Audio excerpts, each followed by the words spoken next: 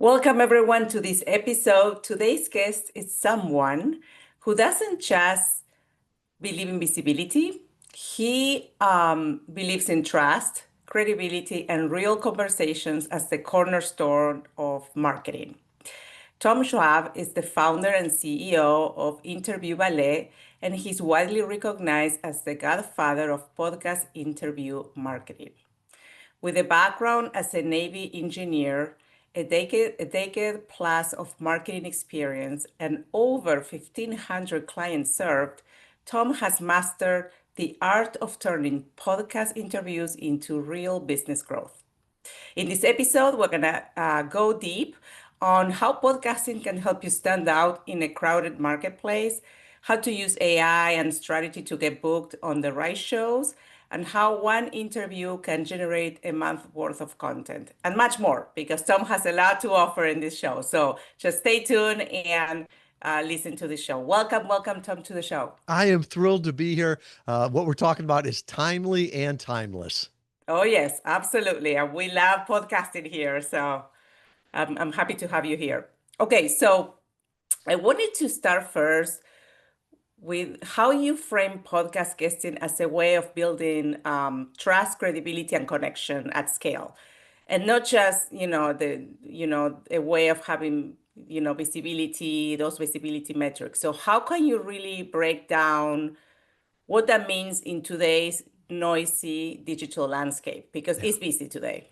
Yeah. And the things that most people are being told is you're one funnel away, right? And there's a lot of marketing companies that want there to be more noise, want there to be more hype, right? They're giving you all those metrics. The truth is if we all take a step back, it's like, has anything ever good come out of a funnel, right? Your best clients, your best employees, your best relationships, they probably came through a conversation. So I believe that we should use conversations at scale. And this has always worked, right? Hmm. Way before the internet, you would go to the local chamber of commerce or the country club to talk, right? Tapping into existing audiences. We did it on television, right? Getting in people's living rooms. Well, today we can do it through podcast, into people's ears, getting introduced by thought leaders, the people they already trust. Hint, that's Mariana, right? It's her show. You're here to hear her, right? And she transfers that trust to the guests, and you get to talk with people, and people either resonate with you and they turn you up or they turn you off. And today, so many people in marketing are like, oh, you need more leads. You need more leads. Well, I don't know about you, but to me, leads are like the new Facebook likes, right? The bank's not impressed by leads. Well, What you we, need qualified leads, well, good people, good leads that can help you with your business, right? I'm going to take it one To grow. step beyond that, right? Okay. What we're optimizing for is profits, and profits are Yes. value, people that value what you do. So, yeah, get the good leads there. So, that idea of the better the marketing, right? The easier the sales. In your marketing, in your conversations, people should turn you up or turn you off. Marketing should be magnetic, attract the right people and repel the wrong ones.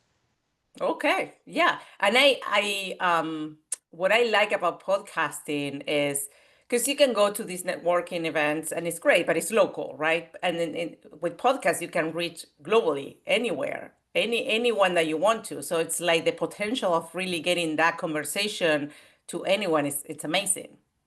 And I heard someone refer to podcasting as anti-networking. So let's say Really. I'm over in the Chicagoland area and you and I are both at a networking event, right? I meet you and it's like, you're amazing. I want to listen to you, right? I'd want to be there for the whole hour just talking with you. Well, that would be rude, right? You've got to go Hmm. around and talk with different people. Yeah. Whereas with podcasting, people can decide really quickly, I'll listen to them for 3 minutes, but that's enough. But if they want more, they can listen to you. And the same thing is that if we're at a networking event and all of a sudden I get a text or a call from my kids, I've got to leave. Well, if I'm hearing you on a podcast, I'll just hit pause and I'll come right back to it. So how do you link podcasting with branding? What's Well, your view on that? yeah. And so to me, branding today is so important because it's authenticity, right? Hmm. I think trust is the biggest thing we've got right now, as a deficiency, right? There's a lot of people paying to be known.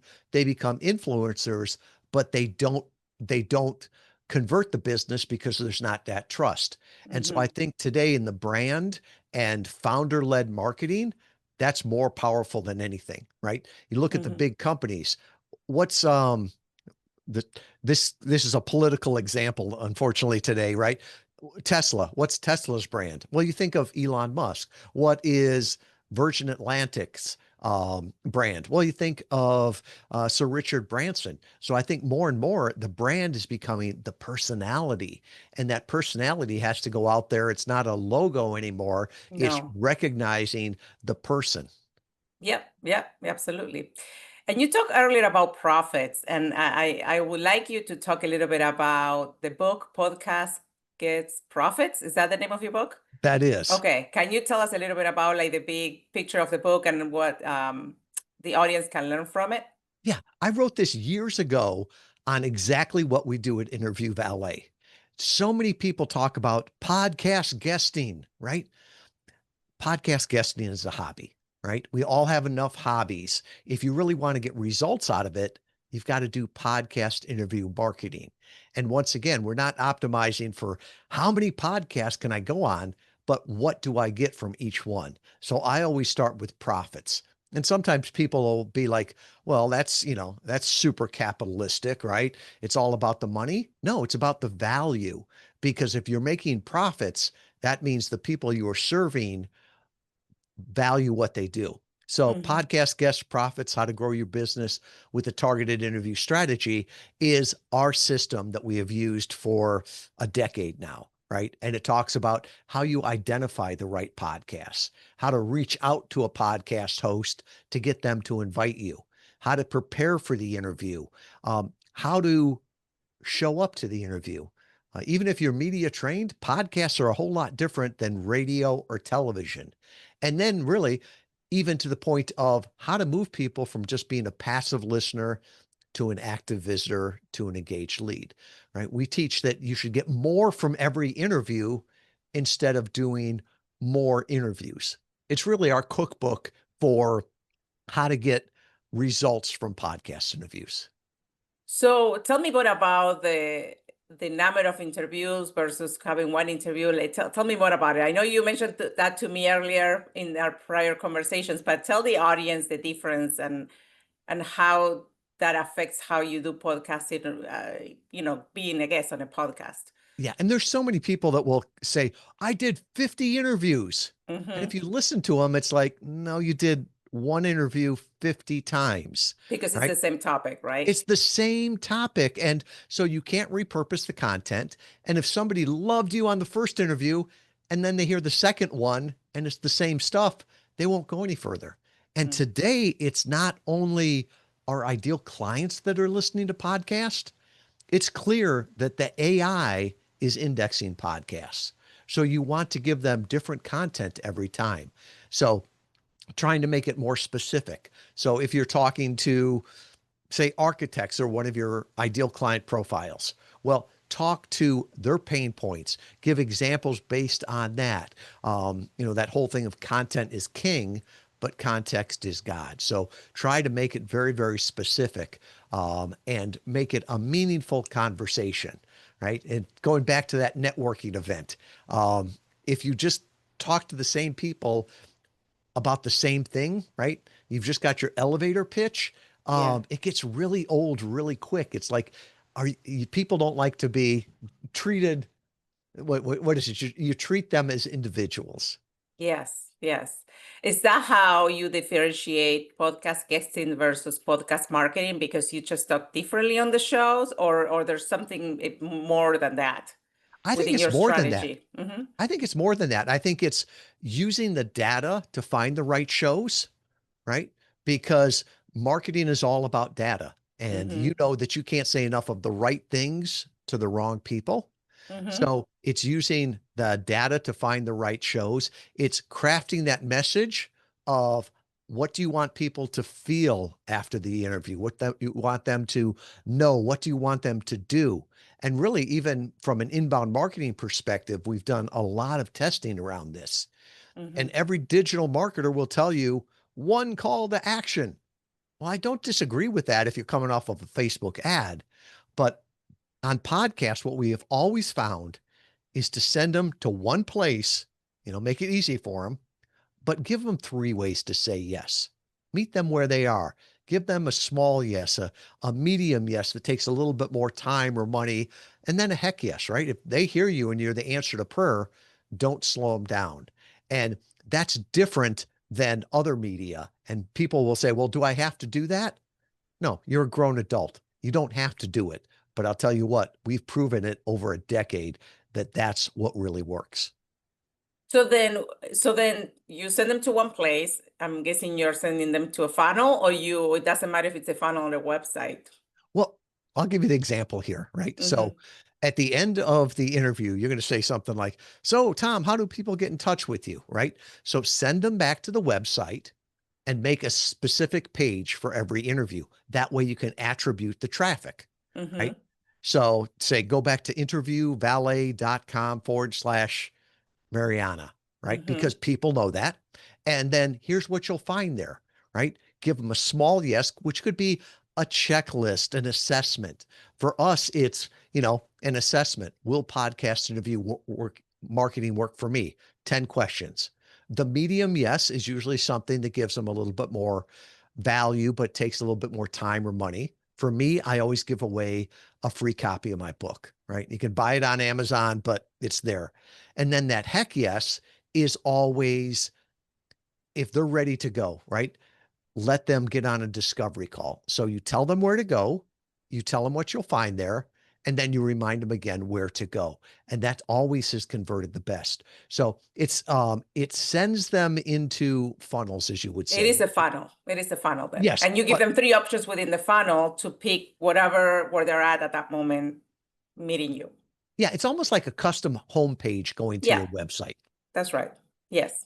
I know that, but I want the audience to understand it. So it's like, what does he mean by that? Where do I go? What do I do? So, okay, good. And then, speaking about that, then what are the biggest mistakes that people make when they're doing podcasting to grow their business? What are the Oh, key things that you know? I mean, I'm sure you have many, but what are the top three maybe that you're like, oh my gosh? one of the biggest ones is to slow down. I am awful and I get excited and I talk faster. Well, the data shows that 70% of podcast listeners listen to it sped up. And often we'll mention our company name and we know it and we say it so fast. But I'll give you an example. A buddy of mine said, why did you call the company Interview Ballet? And I'm like, no, it's Interview Valet with a V, right? And he's like, I said, ballet, that's stupid. And he's like, I thought so too, but you say it so dang fast. That's what I heard. So Ah, slow down. That's one. Another one is we call them interviews, but it's really a conversation. it is, So yes. listen to the question. Don't just go to your talking points there because people can pick up on that. We make fun of politicians when you ask them a question and they're like, I'm glad you asked that. And then they answer a different answer, right? So don't do that because that actually destroys trust out there. So I think those are the big ones. The final one I would say is if you have not done a podcast interview before, do one. And it doesn't have to be the Joe Rogan show on the first one, right? Find a podcast that you can add value to, right? Mhm. Um, Gary Vaynerchuk, what his book was jab, jab, jab, jab, right hook. I always look at it as give, give, give, give, ask, right? And so this idea of, give them a rating review, give the host some love on social media, give them a reason to invite you, right? So reach out to them and say, hey, I've been listening to this interview. I really enjoyed it. Here's something that I think could be beneficial for your audience. If you do that, they'll be asking you to be on the podcast, right? Too Mhm. many people just start robo pitching podcasts. And, sure enough, if you ask a million podcasters, one of them will say yes, but it's probably not the one you want. So do things that make you more human. Yeah, and here I wanted to talk about that and the differentiation between your services and tools like Matchmaker, and the other one I think is Podmatch. I can't Yeah, remember if Podmatch that. is out there. Okay, Yep.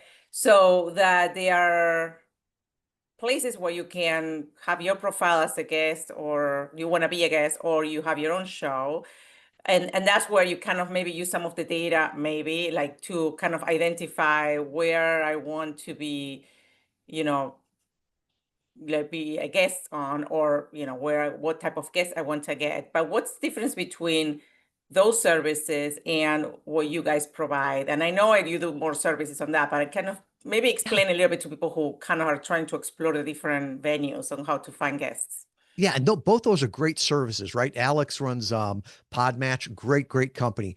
I look at those as more like Craigslist, right? Mm-hmm. So you've got buyers and sellers, you got guests and hosts there, and you connect, right? And it's just a connection marketplace. And that's a portion of podcast interview marketing. But if you're using a site like that, that's great. I would encourage you to get a free copy of the book. Learn from what other people are doing, because just getting on the podcast and hoping things will work out, people spend a lot of wasted time on that. The other thing too is that you need to be conscious of the podcast you're going on, right? Mm-hmm. A lot of people will say, well, any exposure is good exposure. I don't agree with that, right? If you're trying to build your brand, who you get associated with is Oh, important, right? big deal. Um, I'm showing my age here. I refer to them as Wayne's World podcasts. I don't know if you remember Wayne's World, two guys in their mom's basement, Uh-huh. right? If you're a professional coach, right, and you want to be seen as a professional, you don't want to go to a podcast that makes you look unprofessional. That's And right. I think that has killed more deals than it has helped, right? So if somebody says, Mariana, you need to check out this company. They're great, right? They would be great for you. First thing you're going to do is Google them. Okay, nowadays you go to Chat GPT, but if you find out one of their interviews and you click that and you're like, they sound they sound like they're on a Wayne's World podcast, that will hurt them. And Right. also, people will go around and do lots of low-level podcasts and then wonder why they can't level up to the next one. Well, podcast hosts are looking at that too, right? I Mm-hmm. remember uh, a prospect came to us years ago and they said, I want to be on 100 podcasts this month. And I'm like, why? Oh, because it'll be massive exposure. And it's like, no, that just looks desperate, right? That's not going to help your profile, right? More is not better. Better is better. It's good because you help people strategize around what's the goal for them, for their business, for their visibility, for their trust, for whatever it is that they want to accomplish, and then you just guide them a little bit, not just because you could go and put them in 100 podcasts, because but then how does really that help them, right? So you really bring up like a little bit more um strategy behind just placing them in podcasts. Yeah, because people's time and their money is valuable, right? And I think so many people that are out there pushing podcast guesting, they're almost saying the same thing as, well, all you need to do is go to Times Square and just start talking to people, right? That's public speaking. Sooner or later, you'll talk to your ideal client. And if you think about that, it's like, that's ridiculous. But yet people are doing that on podcasts too. It's like, if I just get on enough podcasts and tell my story, that magic will happen. The truth is, nobody cares about your story, right? They care about their story, right? Years ago, a client told me, that we're all selling preparation H, right? We're all selling hemorrhoid cream. Nobody cares about our product or service. They care about the pain in their rear end. And that's what we've got to talk about, that problem and how we can solve it. Mm. And then how do you now work with AI? How is AI transforming the podcast content optimization, working on different platforms? Because, as I do it too, like I have my podcast, but then my content goes into YouTube platforms. and to YouTube. Then I also do clips. And so how that whole that plays a game here. Yeah. So when we talk about don't do more interviews, do more with your interviews, that's portion of it, right? Great example of this. During the election, they kept saying Joe Rogan got heard by 100 million people. And I was thinking of that and think there's no way 1 out of 3 adults in the United States listens to his 3 hour podcast. And we license the data, and he gets 2.2 million downloads per episode, right? That makes him the #1 podcast. So where do the other 98 million come from? Mm. Watching a 60-second clip or a 90-second short, and guests can do the same thing. So you can really control the conversation on social media by repurposing that. So that's Mm. one area there. The other one is there is no doubt right now that AI indexes podcasts. And we had thought this was the case back last summer as we saw more and more of our clients saying, I'm getting referrals from ChatGPT and Perplexity. And then in November, when ChatGPT started to show sources, you can see it. It's like they look at Wikipedia, they look at Amazon for your book, they look at your website. And then after that, they're looking at long form collaborative content, which is podcast interviews. So the amazing part now is that, for years, people were doing podcast interviews for the SEO value, right? They get the backlink. Well, SEO is dead now, right? The new one is how do you get AI to notice you? And really that's being on podcasts and talking about different topics, not the same one over and over. Yeah, I like that one, that piece of advice. Um, and then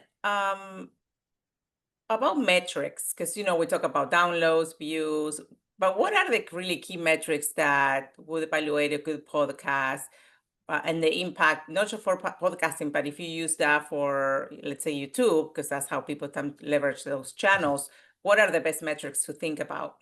Yeah, and there's so many different metrics. And unlike YouTube or video, where most of it's on YouTube, podcasting is very fragmented, right? Between Apple, Spotify. Spotify, Overcast, and not everybody listens to it the same way. So there's a new thing that just came out through Pod Engine. We've been working with them on this. It's called the Podcast Authority Score. Mm-hmm. And similar to, there's website authority, there's domain authority. And what they did is looked at like 50 plus different factors, right? Downloads are some of them. YouTube is some of it. Frequency, engagement, all these different factors to say, this is the authority of a podcast. And so not only can you look and say, how does this podcast vary with authority compared to Joe Rogan, but compared to other dental podcasts, right? If Mm-hmm. you're in the dental market, how does it compare to those? So I'm really excited about what that brings to it. So that's like looking at the podcast. The flip side is so many people will say, well, you can't attribute the traffic from a podcast. Well, if you do it right, you can, right? If you send them to that welcome page, that anybody that hit that page came from that podcast. And is it 100% accurate? No, but neither is Facebook or neither is Google. Their analytics, no matter what they say, right? I love Mm-hmm. Rand Fishkin talks about the example. He's like, if I'm speaking in an event and somebody's like, oh, I want to check that out, right? And they go to Google and they misspell his name, Google's going to bring them to the right site and say, we brought that traffic. And then Facebook, when they Right. leave the site, is going to get them with retargeting and bring them back. And Facebook's going to say, we brought you that traffic. And he's Mm. like, well, none of that traffic would have happened if somebody didn't hear me talking first. So there are ways to do it. It's not perfect, but there is data out there. Okay, so there's a way that your clients can see the benefit of working with you guys and seeing how you are helping them bring the traffic that they need for their business. Exactly. Okay, and then I know we're almost at the end of the episode. This went by so fast, but I wanted to ask a question about for someone who's new to podcasting, what would be the first thing that they should do that you would recommend as the first step? Okay. The first step, I think, is get over your fear of being on a podcast. And one of my favorite phrases is what's ordinary to you is amazing to others. And the people that are the best podcast guests out there are often the introverted people, right? The humble heroes. And somebody helped me this years ago, and they're like, yeah, there's different types of experts, right? There's the college PhD. Guess what? They don't do really well on podcasts. You've got the old sage, right, who's been doing this for decades and decades. Some of the time they feel dated, right? You've got the person that's like 2 steps ahead of you, right? The person that knows fourth grade math is a genius to the person that's trying to figure out second grade math. So those are the people that sometimes resonate the best with podcasts. So I think sometimes the biggest problems people have is, well, I don't have anything to say, right? You Mm. have things to say. You've got expertise, and share that with the world. And, there's ways that you can do that. It's easy now. As long as you got an internet connection, a Zoom, you can share your brilliance there. Yeah, you can also check if you feel comfortable with the podcast host, right? Like have that conversation, have that connection, because that's how everything starts. You're gonna have a conversation. So And this is the same conversation you and I would be having if we weren't recording it for a podcast, right? If we mhm, were if we were sitting down over a cup of coffee, those are the great conversations. And from that standpoint, it's a lot easier for people because I've done interviews in a studio, and it can be intimidating, right? The cameras, the lights, all the rest of this. When you're doing it from a podcast or for a podcast, most of the time you're in your home, your office, you're in a comfortable environment. So today more than ever, one of the things that I sign my emails with is a reminder to myself and to other people, right? Stay strong. The world needs to hear you now more than ever. that's so nice. Thank you. Thank you, Tom, for that. Okay, so I want people to know how they can connect with you, work with you. What are the next steps here? I, I said it halfway through the interview, right? Yes, Just you go back did. to But let's yeah, interviewvalet.com/Mariana. I'll put the assessment there, free copy of my book, my calendar. And if for no other reason, just go there to see how you can build your welcome page for your next interview.